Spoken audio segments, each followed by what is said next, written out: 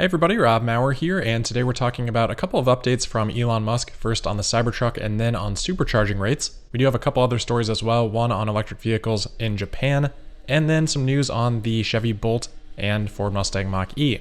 Not a whole lot of action for the stock today, Tesla finishing down 0.4% to $650.60, but that did outperform the Nasdaq, down 0.7%.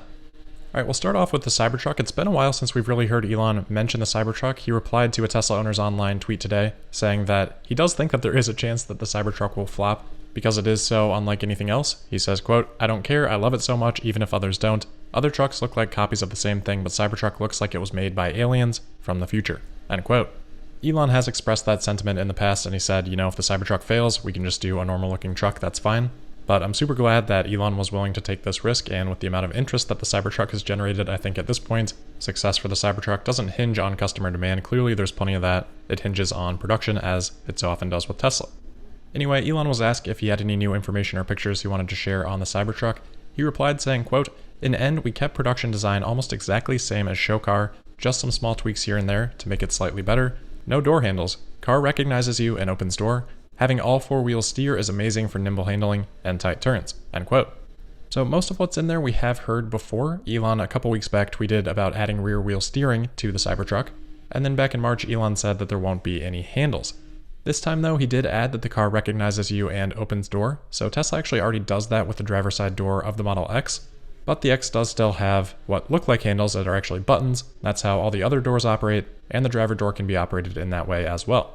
So I think a couple of interesting questions on the Cybertruck at this point is if the non-driver doors will also operate based on recognition, which I think would be very challenging to implement, and then if there would also be some sort of manual release for the doors in addition to that recognition opening system.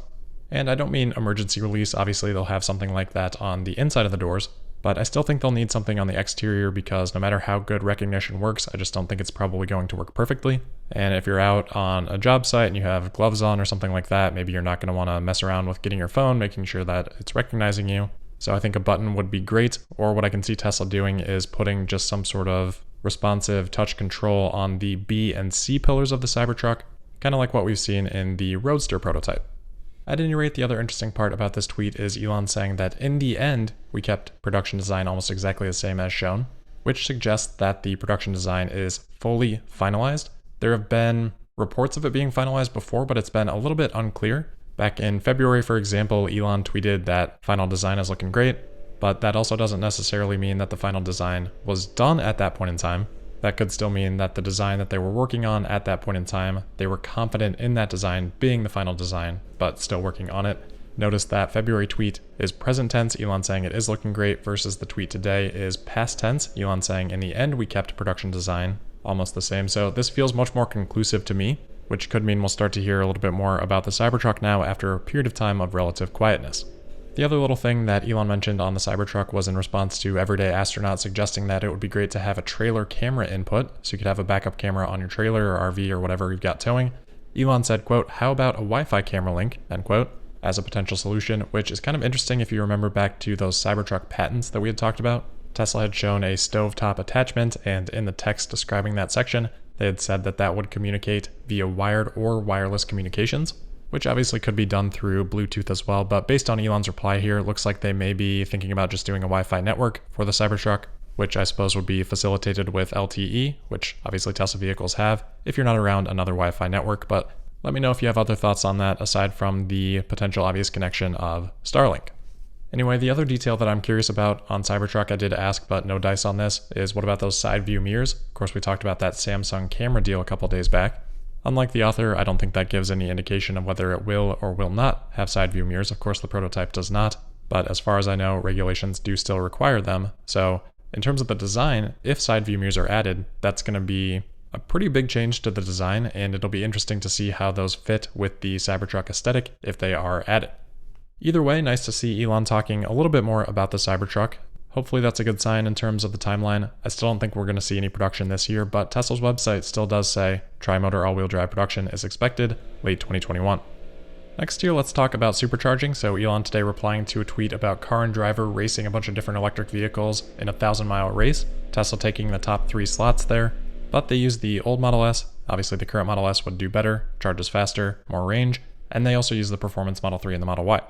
Anyway, Elon decided at the end of this tweet to also throw in that, quote, supercharger network is being upgraded to 250 kilowatts to 300 kilowatts, so that will help too, end quote.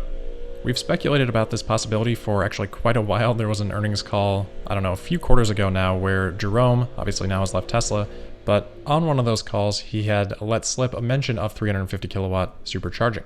More recently, you may remember at the Plaid delivery event, Elon said that they're going to continue to increase the peak charge rates from superchargers. He said up to 280, 300, and then 350 kilowatts. So from Elon today, it sounds like that step up to 300 kilowatts is now happening.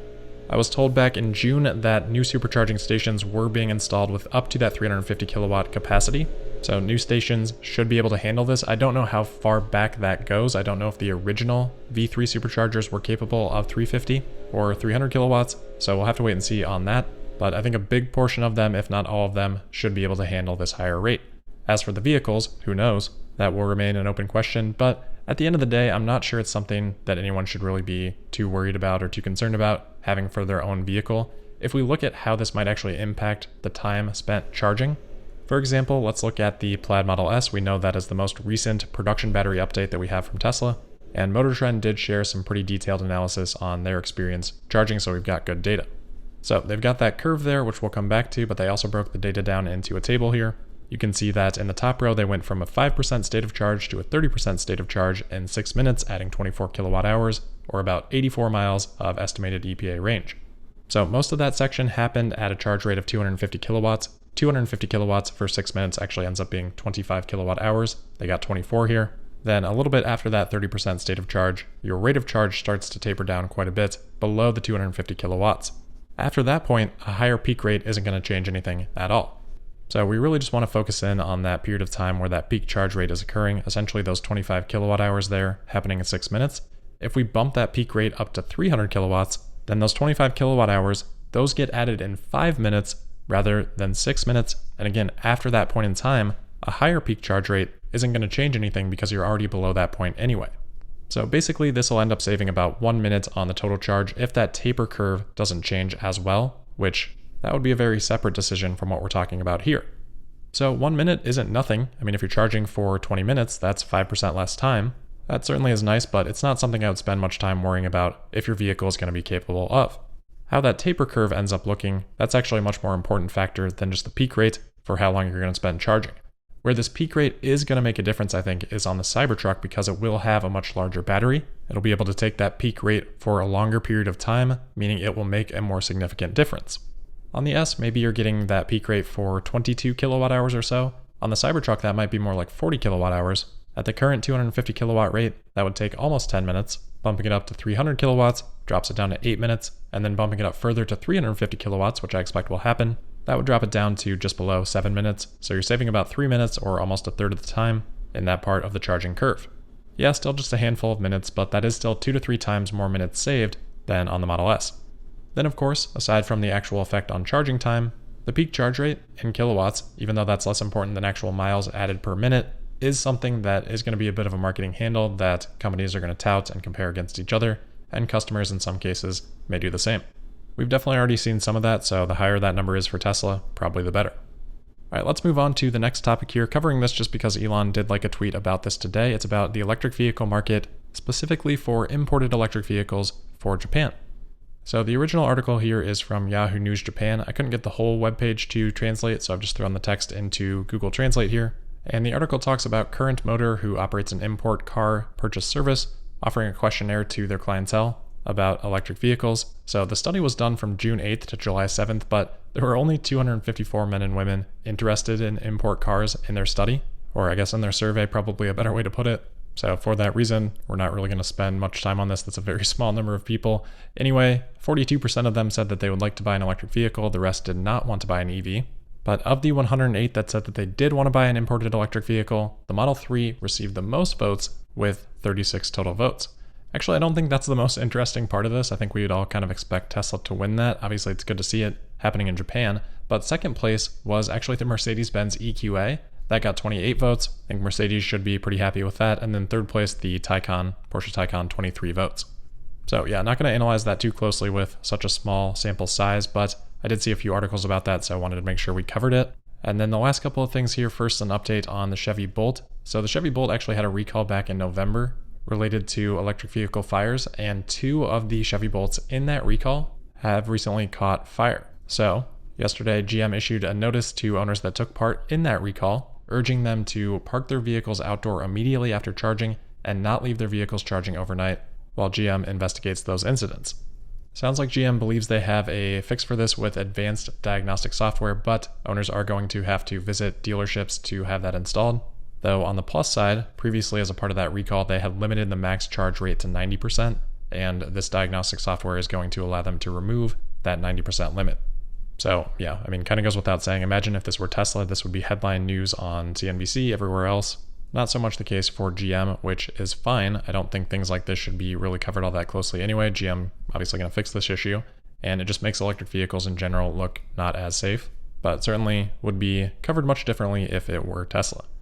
Similarly, the Ford Mustang Mach-E has been having some trouble on a particular mountain road in Norway, where essentially using too much regenerative braking was causing the batteries to overheat and the vehicle to have to shut down and stop. So Ford has confirmed this. They do have a fix for it. Overall, not really a big deal, but again here, a fix is going to require customers to go into a Ford dealership unless they want to wait till September or October. Apparently at that point in time, over-the-air functionality would be able to fix this issue. So it sounds like Ford does have at least a bit of a roadmap for improving their over-the-air functionality.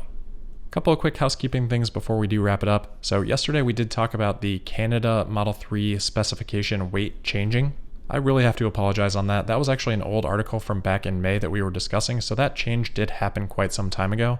I'm really sorry about that. Hate messing things up like that, but just wanted to make sure that was clear. And then lastly, just a quick request here. If anyone works at Twitter or knows someone that works at Twitter, I would love to get in touch. Please DM me on Twitter or send me an email at maurerworks@gmail.com.